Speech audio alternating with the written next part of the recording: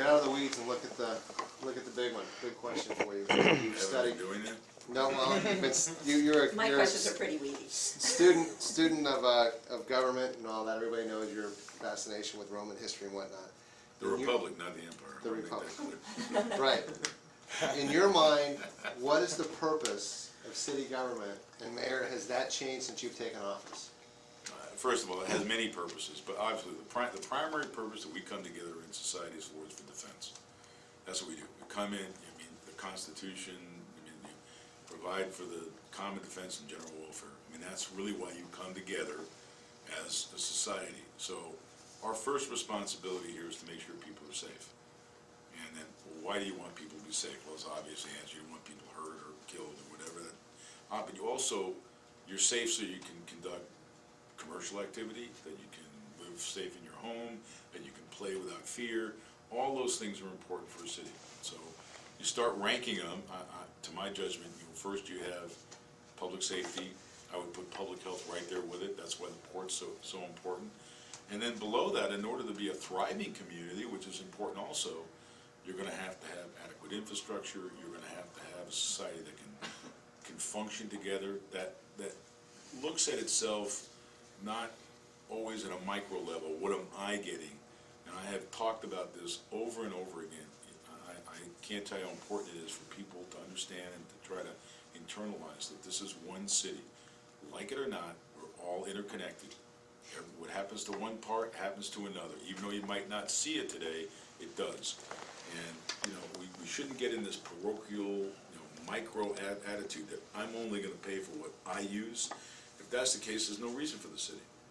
We could have 9, 15, 20 little cities here, all doing their own thing.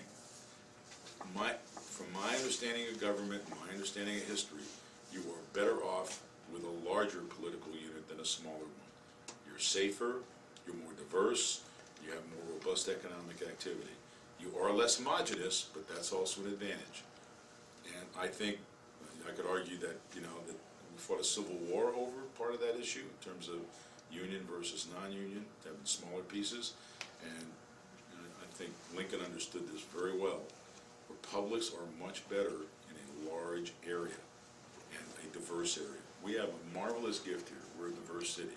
If we view ourselves as one and we conduct ourselves as one, and if we are not so, so cynical as to say I'm only going to contribute what, I'm only going to give what I contribute was needed in my area. No.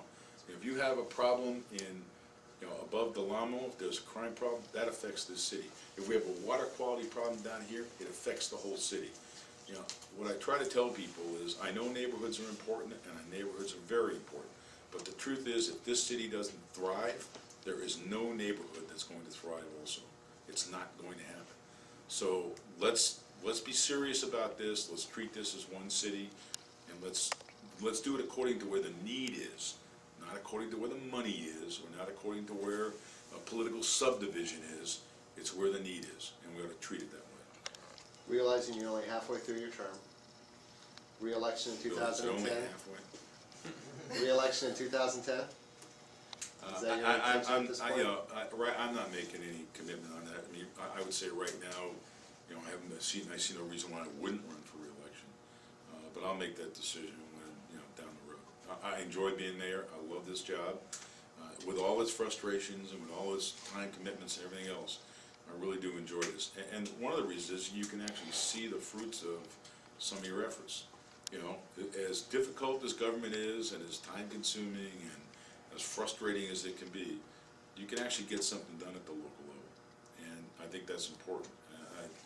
I've been around Sacramento and I've been around Washington. My frustration level would go way up over there.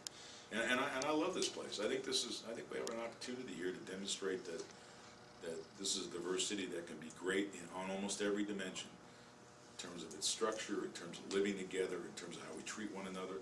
It's a marvelous civic area. I mean, we had that Halloween incident, a little over a year ago, a year and a half ago. The city pulled together. It resisted outside forces that wanted to make an issue of it. There were a lot of things that helped with that. I have involvement in that behind the scenes. I did not want to make anything public. But we had great people here that wanted to say, we're one city, this is our city, we're not gonna, we're not gonna have people tear it apart. That's pretty unusual. And so, I love this place. Let's make it as good as let's give it every opportunity to be great. Thank Do you want to ask a you.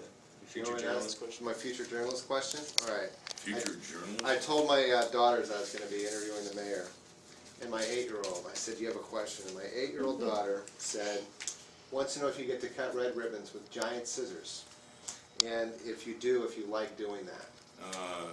It's part of being mayor, okay? But actually, the giant scissors quite often, as we had this morning, do not work. And I tell you, given all the hands that were around the blades, thank God they don't work.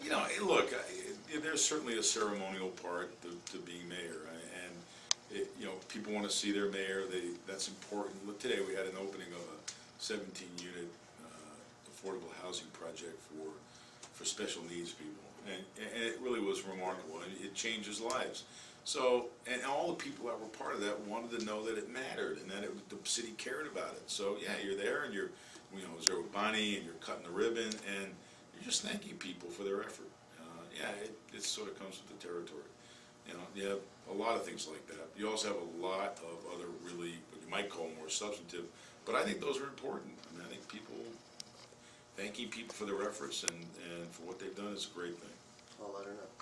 Please do. Thank you. We always have a little scissors behind the big one.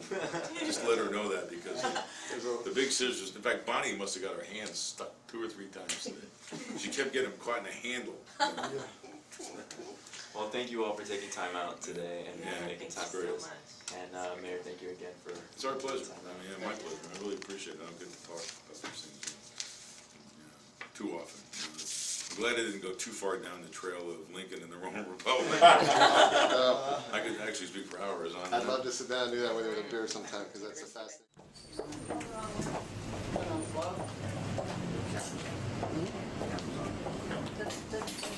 The